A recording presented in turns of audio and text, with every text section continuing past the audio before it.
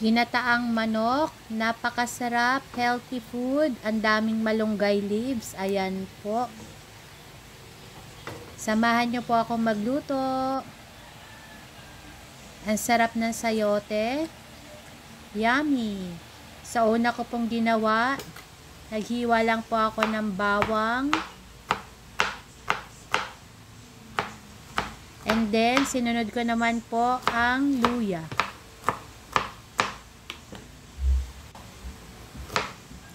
Niwa-hiwa ko lang din po ng medyo maliit. Ayan, medyo matigas pa yung nabili kong luya. And then, sibuyas po. Hiwa-hiwa lang, insan. Ayan, at syempre, ang sayote. Yan. Hiniwa-hiwa ko lang din po siya ng paslan. At yan po ang sahog natin sa ating ginataang manok. Una ko pong ginawa, nag-init po ako ng mantika. Sinangkutsa ko yung bawang. Ayan, wala pong pasok ngayon. End of Ramadan po, holiday. Nandito lang po tayo sa bahay. Ayan, luto-luto lang. So, bawang, sibuyas, luya. Sinangkutsa ko lang po mabuti. At inilagay ko na po yung manok.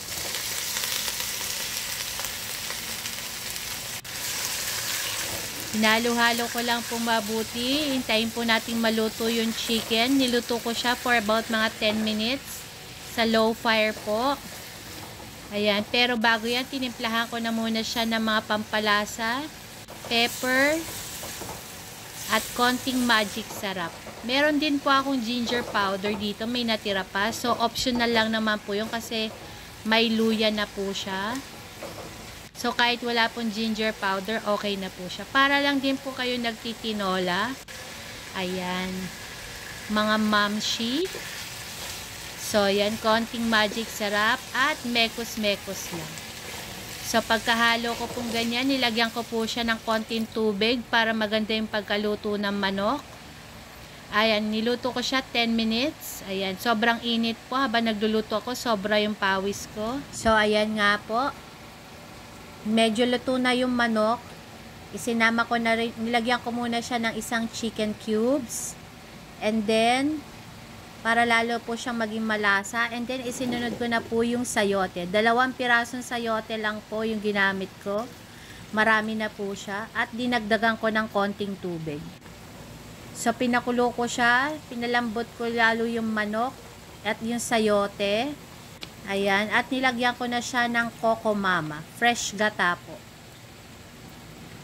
Paglagay ko po ng gata, pinakulo ko pa siya for about mga 5 minutes. At nilagyan ko siya ng konting asukal para manamis-namis po yung gata. And then, lastly, inilagay ko na po yung malunggay leaves. Ayan. Mekos-mekos lang po. At luto na po ang ating ginataang manok. Ayan. Mga pinakulo ko pa siya ng mga 3 minutes.